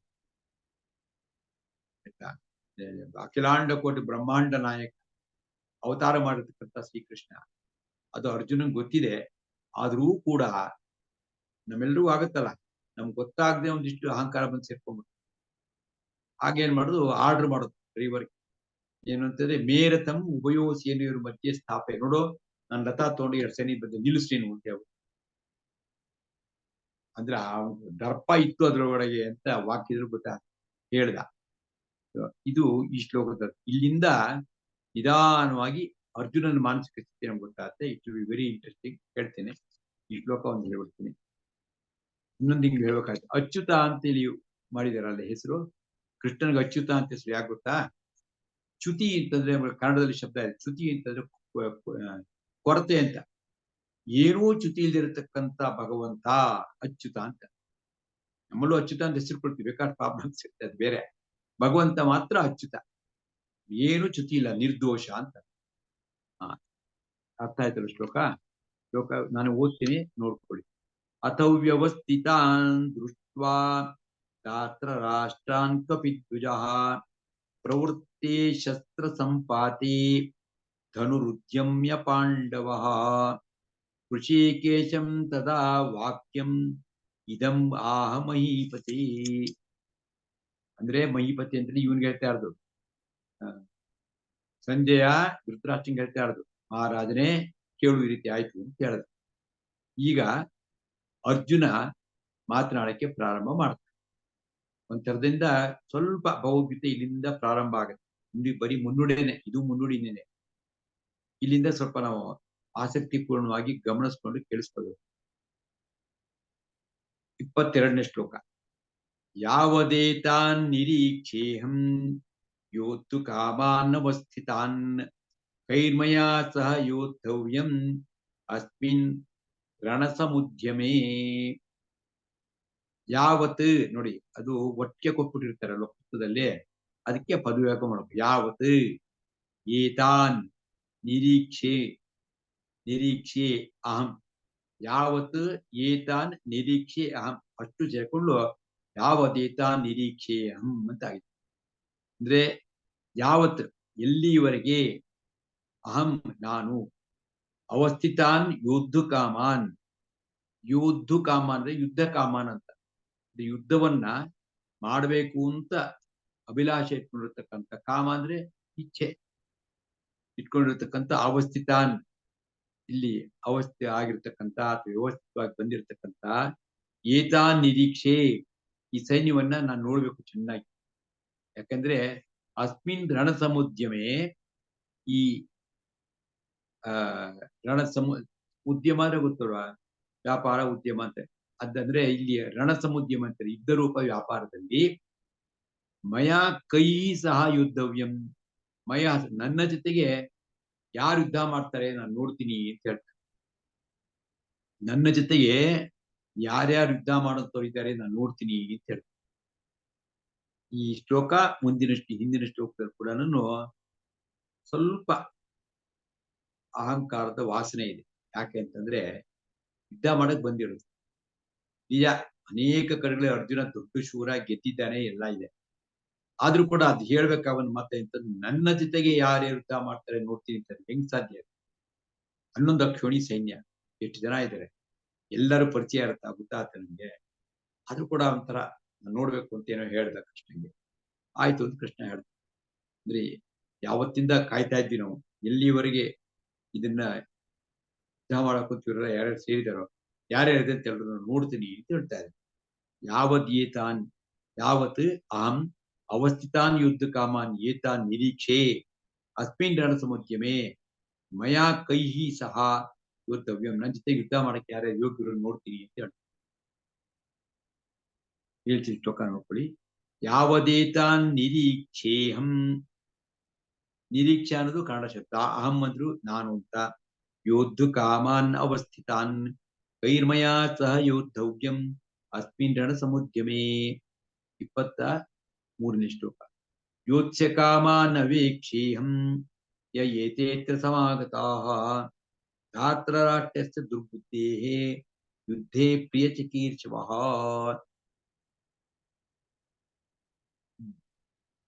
ಯೋತ್ಸ್ಯಮಾನಾನ್. ಯೋತ್ಸ್ಯಮಾನಾನ್ ಅಂತಂದ್ರೆ ಯುದ್ಧ ಮಾಡುವವರನ್ನು. ಯೋತ್ಸ್ಯ ಅಂತಂದ್ರೆ ಯುದ್ಧ ಮಾಡುವವರನ್ನು. ಯೋತ್ಸ್ಯಮಾನಾನ್ ಅವೇಕ್ಷೆ ಅಹಂ. ಅವೇಕ್ಷೆ ಅಂದ್ರೆ ನೋಡ್ತೀನಿ ಅಂತ. ಈ ಕ್ಷಣ ಕನ್ನಡದಲ್ಲಿ ಅಲ್ವಾ. ವೀಕ್ಷಣ ಅದು ಕನ್ನಡ. ಅವೇಕ್ಷೆ ಅಂದ್ರೆ ಅವರನ್ನ ಅವೇಕ್ಷೆ ಅಹಂ, ನಾನು ಇವ್ರನ್ನೆಲ್ಲ ನೋಡ್ತೀನಿ. ಯುದ್ಧ ಮಾಡಕ್ಕೆ ಬಂದಿರತಕ್ಕಂಥವ್ರು ಯಾರ್ಯಾರು ನೋಡ್ತೀನಿ. ಯಹ ಏತೆ ಅತ್ರ ಸಮಾಗತಾಃ. ಯಹ ಯಾರ್ಯಾರು, ಏತೆ ಯಹ ಯಾರ್ಯಾರು ಇಂಥವ್ರು, ಅತ್ರ ಅಂದ್ರೆ ಇಲ್ಲಿ, ಸಮಾಗತಾಃ ಸಮಾಗತರು ಅಂದ್ರೆ ಸೇರ್ಕೊಂಡಿದ್ದಾರೆ. ಯಾರ್ಯಾರು ಬಂದಿದ್ದಾರೋ ಸೇರ್ತೀನಿ ಅಂತವ್ರನ್ನೆಲ್ಲರನ್ನು ಕೂಡ ನಾನು ನೋಡ್ತೀನಿ ಅಂತ ಹೇಳ್ತಾರೆ. ಅದು ಎಂಥವ್ರು. ಧಾತ್ರ ರಾಷ್ಟ್ರಸ್ಯ ದುರ್ಬುದ್ಧೇಹೇ. ಧಾತ್ರ ರಾಷ್ಟ್ರಸ್ಯ ದುರ್ಬುದ್ಧಿ. ಧೃತರಾಷ್ಟ್ರನ ದುರ್ಬುದ್ಧಿಯ ಮಗ ಅಂದ್ರೆ ಯಾರು, ದುರ್ಯೋಧನ ಅಂತವನು. ಯುದ್ಧದಲ್ಲಿ ಪ್ರಿಯ ಚಿಕೀರ್ಷವ. ಅವನಿಗೆ ಹಿತವನ್ನ ಮಾಡಬೇಕು ಅಂತ ಯಾರ್ಯಾರು ಪ್ರಿಯವಾದದ್ದನ್ನ ಚಿಕೀರ್ಷವಾದ ಮಾಡುವುದು, ಅವನಿಗೆ ಒಳ್ಳೇದು ಮಾಡ್ತೀನಿ ಅಂತ ಯಾರ್ಯಾರು ಬಂದಿದ್ದಾರೋ ಅವರೆಲ್ಲ ಎಂತೆಂಥವ್ರಿಗೆ ಅಂತ ನಾನು ನೋಡ್ತೀನಿ ಅಂತ ಹೇಳ್ತಾರೆ. ದುರ್ಬುದ್ಧಿಯ ದುರ್ಯೋಧನನಿಗೆ ಸಹಾಯ ಮಾಡ್ತಕ್ಕಂಥ ವೀರರುಗಳು ಯಾರ್ಯಾರು ಬಂದಿರೋ ನಾನು ನೋಡ್ತೀನಿ. ಅದಕ್ಕೋಸ್ಕರ 2 ಸೇನೆ ಮಧ್ಯೆ ತಗೊಂಡೋಗು ಅಂತ ತಾತ್ಪರ್ಯ. ಶ್ಲೋಕ ನೋಡ್ಕೊಳ್ಳಿ, ಒಂದ್ಸಲಿ ಓದ್ತೀನಿ. ಯೋಚ್ಯಮಾನಾನ್ ಅವೇಕ್ಷೇಹಂ ಯೇತೆ ಅತ್ರ ಸಮಾಗತಾಃ ಧಾತ್ರ ರಾಷ್ಟ್ರಸ್ಯ ದುರ್ಬುದ್ಧೇಃ ಯುದ್ಧೇ ಪ್ರಿಯ ಚಿಕೀರ್ಷವಃ. ಇಷ್ಟಾಯ್ತು. ಈಗ ಸಂಜಯ ಧೃತರಾಷ್ಟ್ರನಿಗೆ ಹೇಳ್ತಾನೆ. ಸಂಜಯ ವಾಚ ಏವ ಮುಕ್ತೋ ಹೃಷೀಕೇಶೋ ಗುಡಾಕೇಶೇನ ಭಾರತ ಸೇನಯೋರುಭಯೋರ್ಮಧ್ಯೆ ಸ್ಥಾಪಯಿತ್ವಾ ರಥೋತ್ತಮಂ. ಏವಂ ಉಕ್ತಃ ಹೃಷೀಕೇಶಃ ಗುಡಾಕೇಶೇನ ಭಾರತ ಸೇನಯೋಃ ಉಭಯೋಃ ಮಧ್ಯೆ ಸ್ಥಾಪಯಿತ್ವಾ ರಥ ಉತ್ತಮಂ. ರಥೋತ್ತಮಂ ಅಂದ್ರೆ ರಥ ಪ್ಲಸ್ ಉತ್ತಮವಾದ ರಥವನ್ನು ಸ್ಥಾಪಯಿತ್ವ ನಿಲ್ಲಿಸಿ. ಈಗ ಏವ ಮುಕ್ತೋ ಈ ರೀತಿ ಹೇಳಲ್ಪಟ್ಟ ಅಥವಾ ಕೇಳಲ್ಪಟ್ಟ ಹೃಷೀಕೇಶ ಅಂದ್ರೆ ಕೃಷ್ಣನು, ಗುಡಾಕೇಶೇನ ಅಂತಂದ್ರೆ ಅರ್ಜುನ, ಗುಡಾಕೇಶ ಅಂತ ಅವನಿಗೆ ಹೆಸರು. ಇಲ್ಲಿ ಭಾರತ ಅಂತಾರೆ. ತಿರ್ಗಾ ಸಂಜಯ ಹೇಳ್ತಾ ಇರೋದು. ಸಂಜಯ ವಾಚ ಭಾರತ ಅಂದ್ರೆ ಧೃತರಾಷ್ಟ್ರನೇ. ಯಾಕವನು ಭಾರತ ಅಂತ ಹೇಳಿದ್ರೆ ಭರತ ವಂಶಕ್ಕೆ ಸೇರಿದಂತವರೆಲ್ಲ, ಅದಕ್ಕೆ ಭಾರತ. ಈ ರೀತಿ ಗುಡಾಕೇಶನ ಇವು ಮುಕ್ತು. ಈ ರೀತಿ ಗುಡಾಕೇಶ ಅಂತಂದ್ರೆ ಅರ್ಜುನಿಗೆ. ಯಾಕೆ ಗುಡಾಕೇಶ ಅಂತ ಅಂದ್ರೆ ಗುಡ ಅಂದ್ರೆ ನಿದ್ರೆ, ಗುಡಾಕ ಅಂದ್ರೆ ನಿದ್ರೆ, ಈಶ ಅಂದ್ರೆ ಗುಡಿಯ. ಅವನು ಅರ್ಜುನಿಗೆ ಗುಡಾಕೇಶ ಅಂತ ಒಂದು ಬಿರುದು. ಅವನು ನಿದ್ರೆಯ ಮಾಲೀಕ. ಅವನು. ನಾವು ನಿದ್ರೆಯ ಗುಲಾಮರು. ನಿಂತ್ರೆ ಕೂತ್ರೆ ಮಲ್ಕೋಬೇಕು. ಮಧ್ಯಾಹ್ನ ಮಲ್ಕೋ, ರಾತ್ರಿ ಮಲ್ಕೋ, ತಿರ್ಗಾ ಬೆಳಿಗ್ಗೆ ಸಮಯ ತಿರ್ಗಾ ಮಲ್ಕೋ.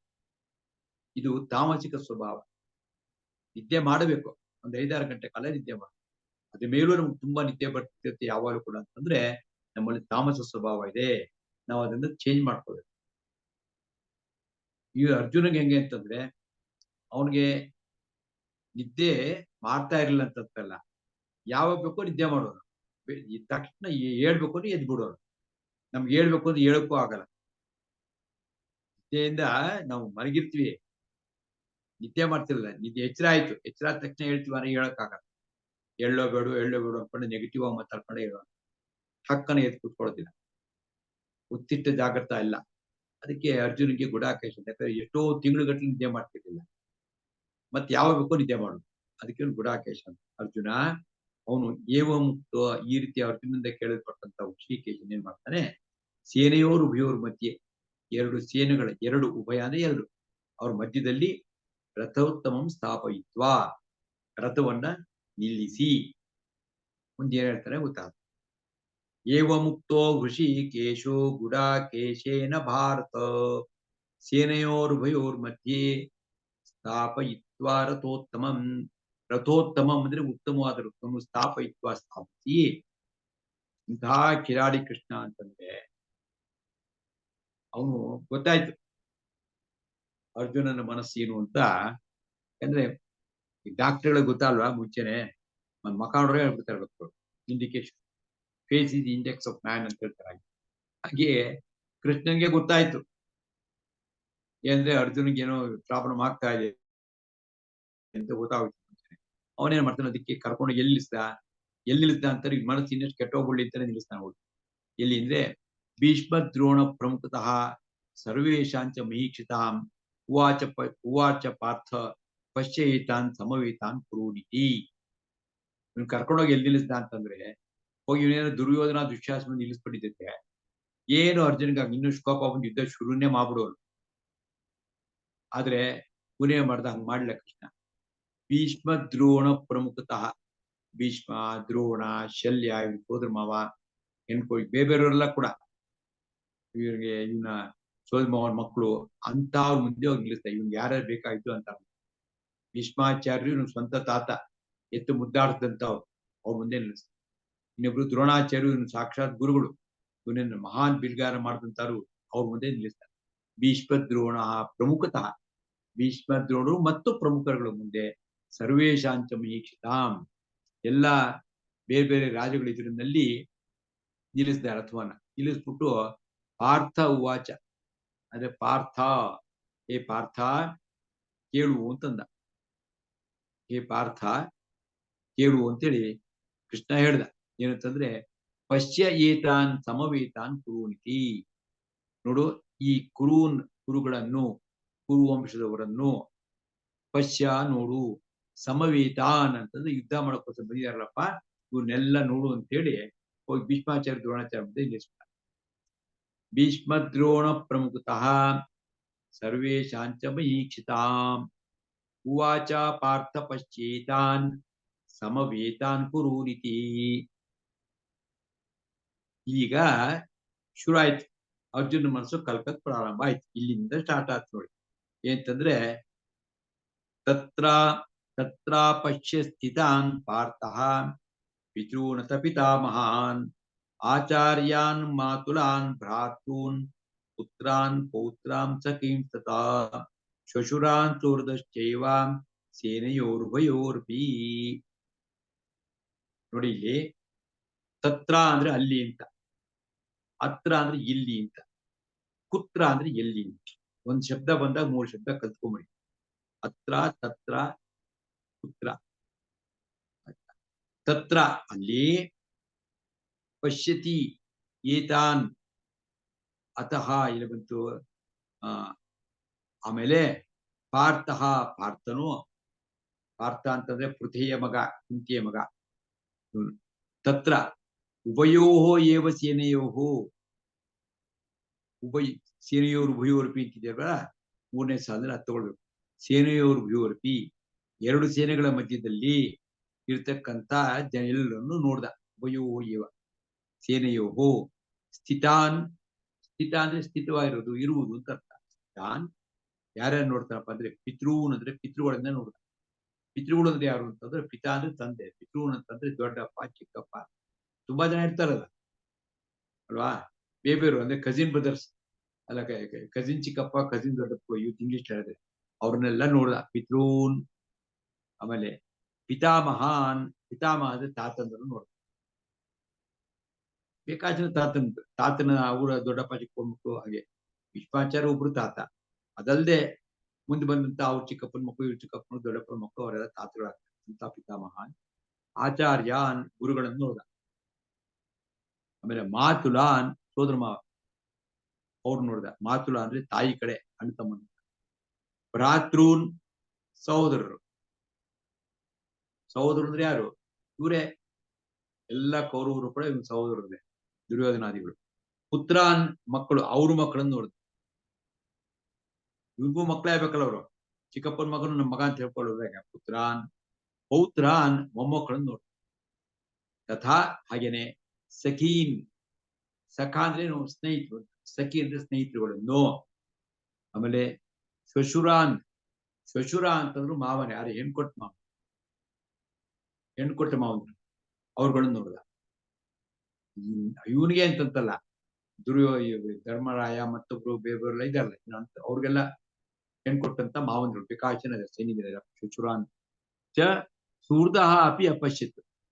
ಸೂರ್ದರು ಅಂತಾರೆ, ಸೌಹೃದಯ ಅಂತಾರೆ, ಇವ್ರು ಬಹಳ ಬೇಕಂತ ಸ್ನೇಹಿತರನ್ನು ಕೂಡ ಅಪಶ್ಯತು ನೋಡಿದನು. ಪಶ್ಯ ಅಂದ್ರೆ ನೋಡುವಂತ, ಅಪಶ್ಯ ಅಂದ್ರೆ ನೋಡಿದನು.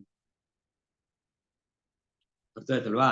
ಅತಃ ಪಾರ್ಥ ತತ್ರ ಉಭಯೋ ಏವ ಸೇನೆಯೋ ಸ್ಥಿತಾನ್ ಪಿತॄನ್ ಪಿತಾಮಹಾನ್ ಆಚಾರ್ಯಾನ್ ಮಾತುಲಾನ್ ಭ್ರಾತೃನ್ ಪುತ್ರಾನ್ ಪೌತ್ರಾನ್ ತಥಾ ಸಖೀನ್ ಶ್ವಶುರಾಂಚ ಸೂರ್ದಃ ಅಪಿ ಅಪಶ್ಯತ್. ಅವ್ರನ್ನೆಲ್ಲ ನೋಡ್ದ. ತತ್ರ ಅಪಶ್ಯ ಸ್ಥಿತಾನ್ ಪಾರ್ಥಃ ಪಿತॄನ್ ತ ಪಿತಾಮಹಾನ್ ಆಚಾರ್ಯಾನ್ ಮಾತುಲಾನ್ ಭ್ರಾತೃನ್ ಪುತ್ರಾನ್ ಪೌತ್ರಾನ್ ಸಖೀಂ ತಥಾ ಶ್ವಶುರಾನ್ ಸೂರ್ದಶ್ಚೈವ ತೇನಯೋರುಭಯೋರಪಿ. 27ನೇ ಶ್ಲೋಕ. ತಾನ್ ಸಮೀಕ್ಷಸ ಕೌಂತೇಯಾನ್ ಸರ್ವಬಂಧೂನವಸ್ಥಿತಾನ್ ಕೃಪಯಾ ಪರಯಾ ವಿಷ್ಟೋ ವಿಷೀದನ್ನಿದಮಬ್ರವೀತ್. ನೋಡಿ, ಇಲ್ಲಿಂದ ಸ್ಟಾರ್ಟ್ ಆಯ್ತು. ಇವನ್ನೆಲ್ಲ ನೋಡ್ತಾ ಇದ್ದಂಗೆ ಮನಸ್ಸು ಕಳ್ಕೊಯ್ತಂದು. ಅಂದ್ರೆ ತಾನ್ ಅವಸ್ಥಿತಾನ್ ಸರ್ವಾನ್ ಬಂಧೂನ್ ಸಮೀಕ್ಷಾ, ತಾನ್ ಸಮೀಕ್ಷಾನ್ ಅವರುಗಳನ್ನ ನೋಡಿ. ಆಯ್ತಾ? ಸಹ ಅವನು ಕೌಂತೇಯ, ಆ ಸಹ ಕೌಂತೇಯ, ಸಹ ಅಂದ್ರೆ ಅವನು ಅಂತ, ಆಮ್ ಅಂದ್ರೆ ನಾನು, ತ್ವಮ್ ಅಂದ್ರೆ ನೀನು, ಭವಾನ್ ಅಂದ್ರೆ ನೀವು, ಹೀಗೆ ಸಹ ಕೌಂತೇಯ ಕುಂತಿ ಅರ್ಜುನನು ಸರ್ವಬಂಧೂನ್ ಅವಸ್ಥಿತಾನ್, ಅವಸ್ಥಿತಾನ್ ಸರ್ವಬಂಧುನ್, ಅಲ್ಲಿ ಬಂದಿರತಕ್ಕಂತ ನೆರೆದಿರತಕ್ಕಂತ ಅವಸ್ಥಿತಾನ್ ಬಂಧು ಎಲ್ಲ ಬಂಧುಗಳನ್ನು ಕೂಡ ನೋಡ್ದ. ಯಾರೇ ಬಂಧುಗಳು ಹಿಂದಿನ ಶ್ಲೋಕದಲ್ಲಿ ನೋಡಿದ್ವಿ. ನೋಡಿದ್ಮೇಲೆ ಏನಾಯ್ತು? ಕೃಪಯಾ ಪರಯಾ ವಿಷ್ಟ, ಪರಯಾ ಕೃಪಯಾ ಆವಿಷ್ಟ, ಪರಯಾವಿಷ್ಟ ಅಂತೀರ, ಪರಯಾ ಆವಿಷ್ಟ. ಪರ ಅಂದ್ರೆ ತುಂಬಾ ಅಂತ, ಪರಯಾವಿಷ್ಟ ಅಂದ್ರೆ ವಿಪರೀತ, ಕೃಪಯಾವಿಷ್ಟ ಬಹಳ ಕರುಣೆ ಆಗುತ್ತೆ, ಬಹಳ ಕರುಣೆ ಉಕ್ಕು ಬಂದ್ಬಿಡ್ತಾನೆ. ಅಯ್ಯೋ ಇದನ್ನೆಲ್ಲ ಸಾಯಿಸ್ಬೇಕಲ್ಲಪ್ಪ ಅಂತ ಬಂದು, ಇವರೆಲ್ಲ ಬೇಕಾದ್ರು ಇದನ್ನೆಲ್ಲ ಸಾಯಿಸ್ಬೇಕಾಗ್ಬರ್ತಲ್ಲ. ಪರಯಾವಿಷ್ಟ ಕೃಪಯ ವಿಷೀದನ್, ವಿಷೀದ ಅಂದ್ರೆ ವಿಷಾದ ಅಂತ, ಬಹಳ ಡಿಪ್ರೆಷನ್ ಆಗುತ್ತೆ. ಇದಮ್ಮ ಅಬ್ರವೀತು, ಇದನ್ನು ಹೇಳಿದನು. ಅರ್ಥವಾಯ್ತಲ್ವಾ? ಕೃಷ್ಣನ್ಗೆ ಬೇಕಾಗಿದ್ದು ಅದೇ. ಏನಪ್ಪಾ ಅಂದ್ರೆ ಇವ್ನು ಫುಲ್ ತಲೆ ಕೆಡಲಿ, ಆಮೇಲೆ ಉಳ್ತಿಕೋಣ ಅಂತ ನಿಲ್ಲಿಸ್ದ. ನೋಡ್ತಾನೆ ಸ್ವಂತ ತಾತ, ಗುರುಗಳು, ಮತ್ತೆ ಮಾವಂದ್ರುಗಳು, ಎಲ್ಲ ತರ ಇವತ್ತು ಇಂಗ್ಲಿಷ್ ಭಾಷೆ ಕಜಿನ್ ಬ್ರದರ್ಸು, ಕಜಿನ್ ಚಿಕ್ಕಪ್ಪಂದ್ರು, ದೊಡ್ಡಪ್ಪಂದ್ರು, ಅವ್ರ ಮಕ್ಕಳು, ಮೊಮ್ಮಕ್ಕಳು, ಎಲ್ಲ ಬಂಧುಗಳು ಸೇರ್ಬಿಡ್ತಾರೆ. ಎಲ್ಲ ನೋಡ್ದ. ನೋಡ್ಬಿಟ್ಟು ಏನಾಯ್ತು ಮುಂದೆ ಶ್ಲೋಕ ಗೊತ್ತಾಗ್ತದೆ. ಈ ಶ್ಲೋಕ ಜೊತೆ ಹೇಳ್ತೀವಿ. ತಾನ್ ಸಮೀಕ್ಷಸ ಕೌಂತೇಯ ಸರ್ವಾನ್ ಬಂಧೂನವಸ್ಥಿತಾನ್ ಕೃಪಯಾ ಪರಯಾ ವಿಷ್ಟೋ ವಿಷೀದನ್ ಇದಮಬ್ರವೀತ್. ಅಬ್ರವೀತ್ ಅಂದ್ರೆ ಹೇಳಿದನು ಅಂತ. ಆ ಹೂ ಅಂದ್ರೆ ಹೇಳಿದನು ಅಂತ. ಉವಾಚ ಅಂದ್ರೆ ಹೇಳಿದನು. ಒಂದು ಶ್ಲೋಕ ಮತ್ತೆ ಕಲ್ತ್ಕೋಣ, ತುಂಬಾ ಚೆನ್ನಾಗಿದೆ ಇದು. ಇಲ್ಲಿಂದ ಸ್ಟಾರ್ಟ್ ಆಗುತ್ತೆ ಅರ್ಜುನನ ಡಿಪ್ರೆಷನ್. ಡಿಪ್ರೆಷನ್ನು ಯಾಕಾಯ್ತು ಅವನಿಗೆ ಅಂತ ಗೊತ್ತಾಗ್ತಿದೆ ನಿಮ್ಗೆ ಇವಾಗ. ಮತ್ತೆ ನಮ್ಗಳಿಗೂ ಚೂರ್ ಡಿಪ್ರೆಷನ್ ಅವಾಗ ಆಗುತ್ತೆ. ಆದಾಗ ಏನ್ ಮಾಡಬೇಕು ಅಂತಕ್ಕಂಥ ಉತ್ತರ 2ನೇ ಅಧ್ಯಾಯದಿಂದ ಸಿಗುತ್ತೆ. ಈಗ ಡಿಪ್ರೆಷನ್ ಇರೋದು ಗೊತ್ತಾಯ್ತು ನೋಡಿ. ಅರ್ಜುನ ವಾಚ ದೃಷ್ಟ್ವೇಮಂ ಸ್ವಜನಂ ಕೃಷ್ಣ ಯುಯುತ್ಸಂ ಸಮುಪಸ್ಥಿತಂ ಸೀದಂತಿ ಮಮ ಗಾತ್ರಾಣಿ ಮುಖಂಚ ಪರಿಶುಷ್ಯತಿ ವೇಪತುಶ್ಚ ಶರೀರೇ ಮೇ ರೋಮಹರ್ಷಶ್ಚ ಜಾಯತೆ. ಅರ್ಜುನ ವಾಚ. ಈಗ ಸಂಜೆ ಹೇಳಿದ್ ಮುಗೀತು, ಈಗ ಅರ್ಜುನ ಹೇಳ್ತಾ ಇದ್ದಾನೆ ಅಂತ ಹೇಳಿ ಧೃತರಾಷ್ಟ್ರನಿಗೆ ಸಂಜಯ ಹೇಳ್ತಿದ್ದಾನೆ. ಅರ್ಜುನ ವಾಚ ಏನಂದ್ರೆ, ದೃಷ್ಟ್ವಾ ಇಮಂ ಸ್ವಜನಂ, ಹೇ ಕೃಷ್ಣ, ಕೃಷ್ಣ ಅಂತ ಮಧ್ಯ ಇದೆ, ಅದ್ ಮೊದಲು ಕೃಷ್ಣ, ದೃಷ್ಟ್ವಾ ಇಮಂ ಸ್ವಜನಂ, ಈ ಸ್ವಜನರನ್ನು ನೋಡಿ, ದೃಷ್ಟ್ವಾ ನೋಡಿ ಅಂತ. ಯುಯುತ್ಸಂ ಸಮುಪಸ್ಥಿತಂ. ಯುಯುತ್ಸಂ, ಯುಯುತ್ಸು ಅಂತಂದ್ರೇನು? ಯುದ್ಧ ಮಾಡಕ್ಕೆ ಅಭಿಲಾಷಿಗಳಾಗಿ ಯುದ್ಧೋತ್ಸಾಹದಿಂದ ಬಂದಿರತಕ್ಕಂಥ ಸಮುಪಸ್ಥಿತಂ, ಉಪಸ್ಥಿತಿ ಸೇರೋದು ಅಂತ ಉಪಸ್ಥಿತಿ. ಇಲ್ಲಿ ಸೇರಿರತಕ್ಕಂಥ ಯುದ್ಧ ಮಾಡಕ್ಕೆಲ್ಲ ಸ್ವಜನರನ್ನು ನೋಡಿ. ನನ್ನ ಕತೆ ಏನಾಗಿದೆ ಅಂತಂದ್ರೆ, ಸೀದಂತಿ ಮಮ ಗಾತ್ರಾಣಿ ಮುಖಂಚ ಪರಿಶುಷ್ಯತಿ. ಇದರಿಂದ ಏನಾಗಿದೆ ಅಂತಂದ್ರೆ, ಮಮ ಗಾತ್ರಾಣಿ ಸೀದಂತಿ. ಗಾತ್ರ ಅಂದ್ರೆ ಇಂದ್ರಿಯಗಳು ಅಂತ. ಗಾತ್ರ ಅಂದ್ರೆ ಇಂದ್ರಿಯಗಳು. ನನ್ನ ಎಲ್ಲಾ ಇಂದ್ರಿಯಗಳು ಕೂಡ ಸೀದಂತಿ, ಶಿಥಿಲ ಆಗ್ತಾ ಇದೆ, ಬಿದ್ದೋಗ್ತಾ ಇದೆ. ಕೈಕಾಲು ಬಿದ್ದೋಯ್ತು ಅಂತಾನಲ್ವಾ, ನೋಡ್ತಾ ಇದ್ದಂಗೆ ನನಗೆ ಕೈಕಾಲೆಲ್ಲ ನಡ್ಕ ಬಂದ್ಬಿಡ್ತು ಅಂತ ಹೇಳ್ತಾರೆ, ಅಥವಾ ನಮ್ ಕೈಕಾಲೇ ಬಿದ್ದೋಯ್ತು ಅಂತ ಹೇಳ್ತಾರೆ. ಅದು ಸೀದಂತಿ ಅಂತ ಹೇಳ್ತಾರೆ. ಅಂದ್ರೆ ನನಗೆ ಗಾತ್ರಾಣಿ ಸೀದಂತಿ, ಮಮ ಗಾತ್ರಾಣಿ ಸೀದಂತಿ, ನನ್ನ ಇಂದ್ರಿಯಗಳೆಲ್ಲ ಕೈಕಾಲು ಬಿದ್ದೋಗ್ತಾ ಇದೆ ನನಗೆ. ಚ ಮತ್ತು ಮುಖಂ ಪರಿಶುಷ್ಯತಿ. ಮುಖ ಅಂದ್ರೆ ಇಲ್ಲಿ ಬಾಯಿ ಅಂತ. ಪರಿಶುಷ್ಯ, ಶುಷ್ಕ ಅಂದ್ರೆ ಗೊತ್ತಲ್ವಾ ಕನ್ನಡದಲ್ಲಿ ಇದೆ ಶಬ್ದ, ಒಣಗೋಗೋದು. ಪರಿಶುಷ್ಯತಿ ಅಂದ್ರೆ ಬಾಯಿ ಒಣಗೋಗ್ತಾ ಇದೆ, ಪೂರ್ತಿ ಒಣಗೋಗ್ತಿದೆ. ಚ ಮತ್ತು ಮೇ ಶರೀರೇ, ನನ್ನ ಶರೀರದಲ್ಲಿ ವೇಪತುಹು. ವೇಪತನ ಅಂದ್ರೆ ನಡ್ಕ, ನಂಗೆ ನಡ್ಕ ಬರ್ತಾ ಇದೆ ಅಂತ ಹೇಳ್ತಾರೆ. ಮತ್ತು ರೋಮಹರ್ಷ ಜಾಯಿತು, ರೋಮಾಂಚನ ಆಗ್ತಿದೆ. ರೋಮಾಂಚನ ವಿಪರೀತ ಭಯ ಆದಾಗ ಮೈನಲ್ಲಿ ರೋಮ ಅಂದ್ರೆ ಕೂದಲುಗಳು ಆಂಚನ ನಿಂತ್ಕೊಳ್ಳುತ್ತೆ. ಆ ರೀತಿ ಆಗಿದೆ ಅಂತಂದ್ರೆ ಎಕ್ಸ್ಟ್ರೀಮ್ ಡಿಪ್ರೆಷನ್, ಎಕ್ಸ್ಟ್ರೀಮ್ ಭಯ, ಆತಂಕ, ಎಲ್ಲ ಉದ್ವೇಗ ಶುರು ಆಗ್ಬಿಟ್ಟಿದೆ. ಯಾಕೆ ಅಂದ್ರೆ ಎಲ್ಲ ನಮ್ಮವರೇ ಇದ್ದಾರಲ್ಲ ನೋಡ್ತಾ ಇದ್ದಂಗೆ ಪೂರ್ತಿ ಪುಸ್ತಕ ಹೇಳ್ತೇನೆ. ದೃಷ್ಟ್ವಾ ಇಮಂ ಸ್ವಜನಂ ಕೃಷ್ಣ ಯುಯುತ್ಸಂ ಸಮುಪಸ್ಥಿತಂ ಸೀದಂತಿ ಮಮ ಗಾತ್ರಾಣಿ ಮುಖಂಚ ಪರಿಶುಷ್ಯತಿ. ಮುಖವನ್ನು ಹೋಗ್ತಿದೆ, ಬಾಯನ್ನು ಹೋಗ್ತಿದೆ. ವೇಪತುಶ್ಚ ಶರೀರೇ ಮೇ ವೇಪತು ಚ, ಮತ್ತು ಶರೀರೇ ವೇಪತು, ಶರೀರ ನಡುತ್ತಾ ಇದೆ. ಮೇ ನನಗೆ ರೋಮಹರ್ಷ ಚ ಜಾಯಿತು, ರೋಮಾಂಚನ ಆಗ್ತಾ ಇದೆ ಅಂತ ಹೇಳ್ತೇನೆ. ನೋಡಿ, ಇದೆಲ್ಲ ಕೂಡ ಸೈನ್ಸ್ ಆಫ್ ಡಿಪ್ರೆಷನ್. ಅದಾದ್ಮೇಲೆ ಇನ್ನೊಂದು ಹೇಳ್ತಾನೆ 30ನೇ ಶ್ಲೋಕದಲ್ಲಿ, ಗಾಂಡೀವಂ ಸಂಸತೆ ಹಸ್ತಾತ್ ತ್ಯಕ್ತ್ವೈವ ಪರಿದಕ್ಷ್ಯತೆ ನಚ ಶಕ್ನೋಮಿ ಅವಸ್ಥಾತುಂ ಭ್ರಮತಿಯುಚ ಮೇ ಮನಃ. ನೋಡು, ಹಸ್ತಾತ್ ಗಾಂಡೀವಂ ಸ್ರಂಸತೆ, ಗಾಂಡೀವಂ ಸ್ರಂಸತೆ, ಗಾಂಡೀವ ಬಿಲ್ಲು ಸ್ರಂಸತೆ ಅಂತಂದ್ರೆ ಜಾರ್ ಬಿದ್ದೋಗ್ತಾ ಇದೆ, ಹಿಡ್ಕೊಳಕ್ಕೆ ಆಗ್ತಾ ಇಲ್ಲ, ಬಿದ್ದೋಗ್ತಾ ಇದೆ. ಗಾಂಡೀವಂ ಸ್ರಂಸತೆ. ಹಸ್ತಾತ್ ಅಂದ್ರೆ, ಹಸ್ತ ಅಂದ್ರೆ ಕೈ. ಆಮೇಲೆ ತ್ಯಕ್ತ್ವ ತ್ವಕ್ ಏವ ಪರಿದಕ್ಷ್ಯತೆ. ತ್ವಕ್ ಅಂತಂದ್ರೆ ಏನು? ತ್ವಕ್ ಅಂದ್ರೆ ಚರ್ಮ, ತ್ವಕ್ ಅಂದ್ರೆ ಚರ್ಮ. ಅದು ಪರಿದಕ್ಷ್ಯತೆ, ದಹನ ಅಂದ್ರೆ ಸುಡುವುದು. ಪರಿದಕ್ಷ್ಯತೆ ಅಂದ್ರೆ ಬಿಸಿ ಆಗ್ತಾ ಇದೆ ಅಂತ, ಕುರಿ ಜ್ವರ ಬಂದಂಗ ಆಗ್ಬಿಟ್ಟಿದೆ. ಪರಿದಕ್ಷ್ಯತೆ, ಕುರಿತ ಜ್ವರ ಬಂದಾಗ ಆ ತರ ಆಗಿದೆ, ಪರಿದಕ್ಷ್ಯತೆ. ನಚ ಶಕ್ನೋಮಿ ಅವಸ್ಥಾತುಂ. ಅವಸ್ಥಾತುಂ ಅಂತಂದ್ರೆ ನಿಂತ್ಕೊಳ್ಳೋದು. ನನ್ಕೊಂಡು ನಿಂತ್ಕೊಳ್ಳೋಕ್ಕೂ ಕೂಡ ಚ ನ ಶಕ್ನೋಮಿ, ನಾವು ನಿಂತ್ಕೊಳ್ಳೋಕು ಆಗ್ತಾ ಇಲ್ಲ, ಬಿದೋಗ್ತೀನಿ. ಶಕ್ನೋಮಿ ಅವಸ್ಥಾತು. ಮೇ ಮನಃ ಭ್ರಮತಿ ಚ, ಮತ್ತು ಮೇ ಮನಃ ಭ್ರಮತಿ ಇವ, ನನ್ನ ಮನಸ್ಸು ಭ್ರಮತಿ ಇವ, ಏನೋ ಭ್ರಮೆಗೊಳಗಾಗ್ತಾ ಇದೆ. ಏನ್ ಮಾಡ್ಕೊಂಡು ಗೊತ್ತಾಗ್ತಿಲ್ಲ ಕೃಷ್ಣ ಅಂತ ಹೇಳ್ಕೊಂಡು ಕೃಷ್ಣಂಗೆ ಬಹಳ ಭಯಭೀತನಾಗಿ ಹೇಳ್ತಾ ಇದ್ದಾನೆ.